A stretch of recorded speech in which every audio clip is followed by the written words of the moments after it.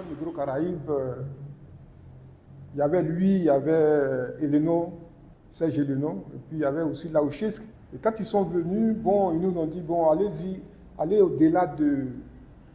Donc on a commencé même à aller regarder un peu nos danses, nos pagnes, nos pagnes, nos pagnes, enfin tout ce qui se faisait dans les tiroirs comme au niveau de la culture, au niveau des traditions. Ils nous ont appris à aimer aller, à aimer ce que nous sommes, ce que nous faisons. C'est ça l'école Négro-Caraïbe qui a accouché de Vovo.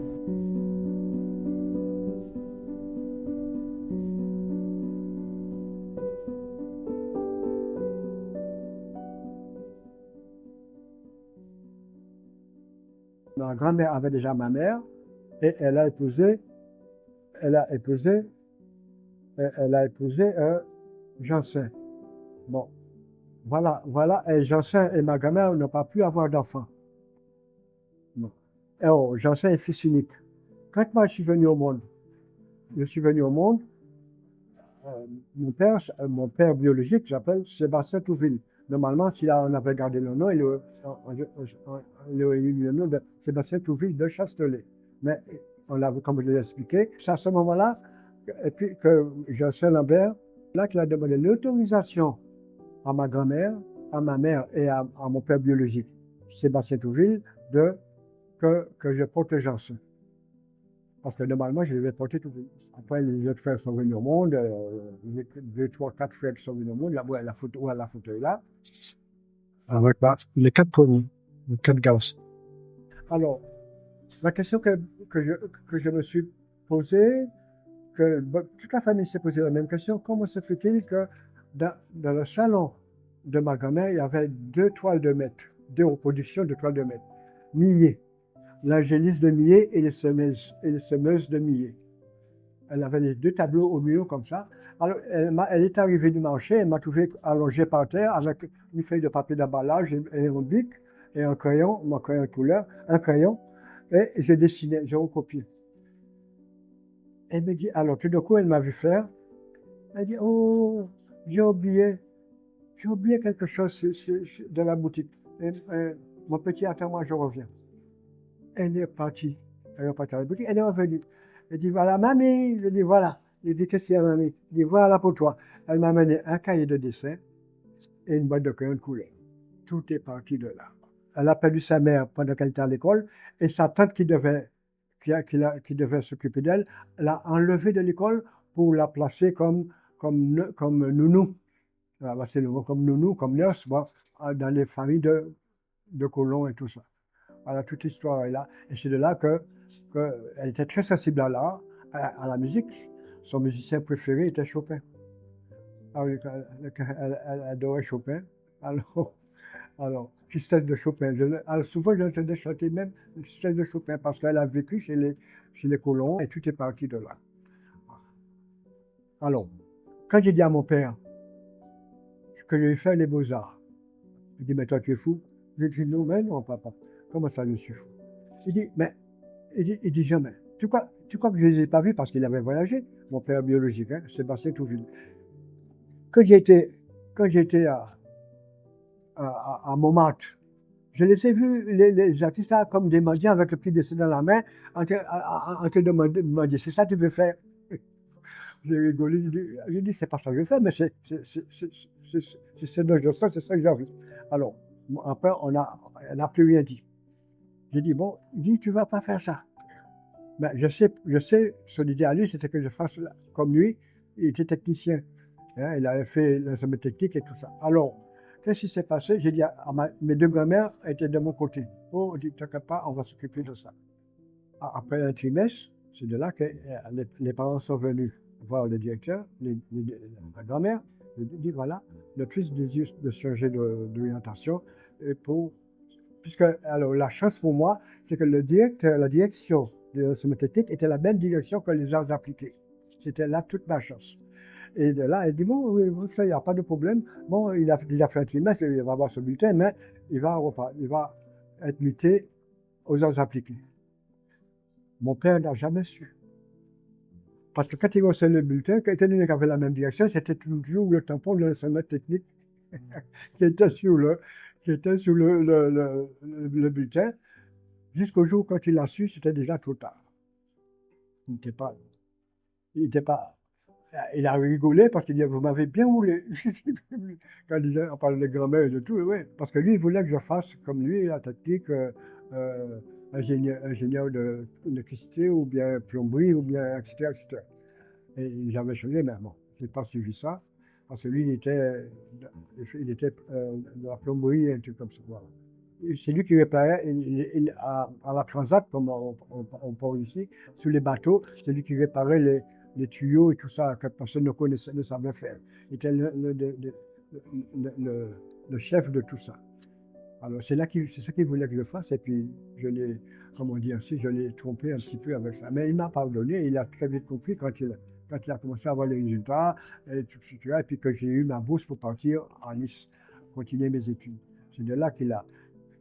Alors, j'ai eu mon diplôme, et puis tout ça, après, je suis parti à Nice. Voilà, je suis parti à Nice, j'ai fait le diplôme supérieur, préparé le diplôme supérieur pendant 5 ans, et que j'ai passé à Paris ensuite. Fouté Memel me dit, bon, alors qu'est-ce que tu fais après? Je dis, bon, je vais rentrer en Martinique. Allez, il me dit, mais tu vas en Martinique? Mais c'est pas la peine de rentrer. Des comme toi, il y en a plein. Je dis, qu'est-ce que tu me racontes? Il dit, non, si tu vas là. Tu sais, en ce moment, nous, Africains, Côte d'Ivoire, Mali, Sénégal, etc., on cherche des professeurs, on recrute des professeurs pour l'Afrique. Alors, si tu veux, je vais te donner les adresses, etc., hein, que tu pourras écrire à la récupérer, etc., si ça t'intéresse. Pour faire plaisir à ça. J'ai dit oui, j'ai accepté tous les papiers. J'ai dit oui, mais pour l'instant, je n'ai pas pris de décision encore. Oh, ce n'était pas dans mon intention. Dès que j'ai terminé, j'étais reçu au diplôme, j'ai terminé, tout de suite j'ai trouvé du travail en France. J'ai commencé à travailler, j'ai fait au moins... Alors, j'ai passé le diplôme. Alors, le point sur les i, c'est que j'ai passé le diplôme en publicité. J'ai fait ce choix. J'ai fait l'enseignement de publicité, hein, l'étude des publicitaires, parce que l'étude en peinture, j'avais avoir le diplôme de peinture, et puis je vais manger quoi? Il me fallait travailler, et puis on va m'embaucher où? Alors, c'est pour cette raison que à la place du diplôme de peinture, j'ai fait le diplôme de publicité. Hein, ce qui fait que dès que je suis sorti de l'école, j'ai trouvé du travail tout de suite. J'étais dans 2-3 maisons. Et puis après, j'ai changé. Et puis la troisième maison, j'ai trouvé, c'était à Monaco. Alors, sans publicité aucune, j'ai trouvé un poste à Lancaster, les produits de beauté. Bon, et puis, c'est de là que je suis resté. Alors, mais entre-temps, je continuais, mais je n'avais pas le... Monsieur Janssen, désolé, mais vous ne pouvez pas. Pour le week-end, vous allez venir. Il y a 2 maquettes à terminer pour le lundi pour l'imprimer. J'ai passé presque un an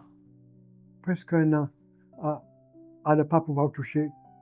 J'avais un peu, même pas le dimanche, puisque le samedi dimanche, il me fallait aller pour que les maquettes puissent partir le lundi matin à l'imprimer.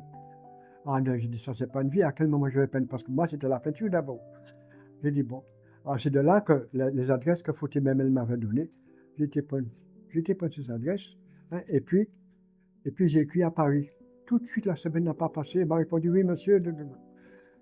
Et c'est de là, bon, entre-temps, bon, il faut le dire, de toute façon, je ne peux pas effacer l'histoire, j'avais déjà une copine, ma première épouse, c'est de là, je me suis marié, etc.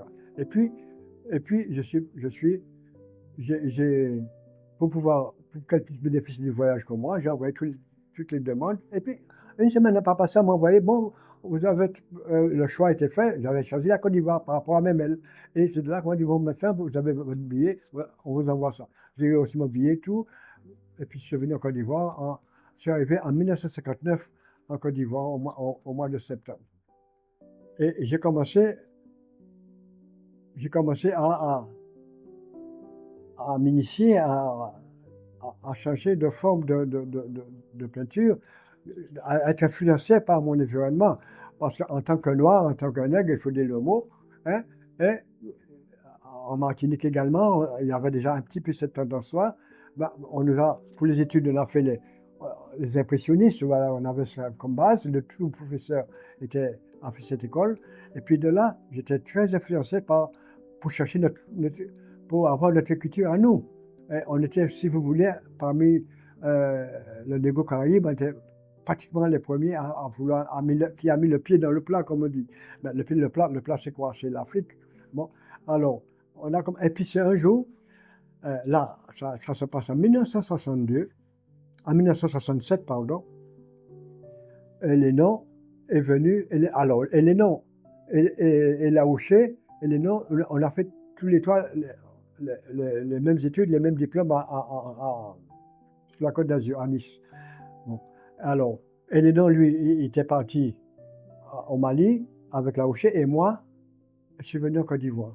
Et c'est là qu'Elenon est venu en vacances en 1967.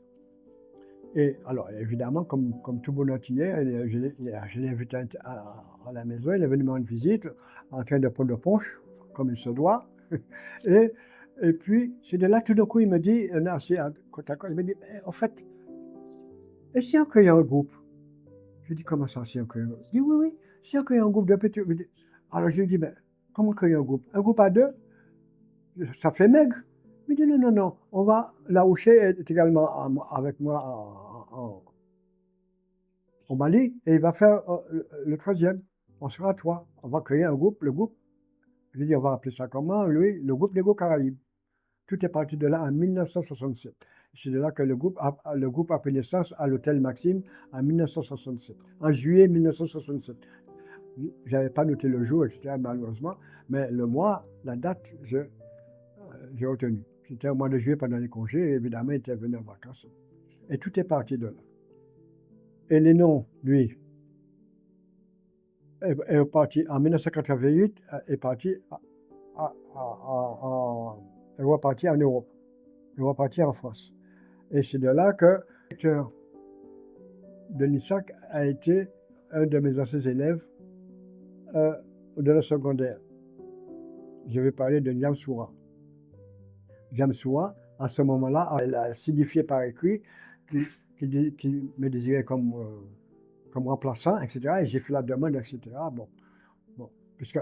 Et j'ai eu Niamsoura comme directeur, alors que je l'ai eu également comme la démarche. Alors, l'histoire de Niamsoura est très simple. Il est venu me voir. Je l'ai lu de la 6e à la 3e au CSG à Djamé Garçon.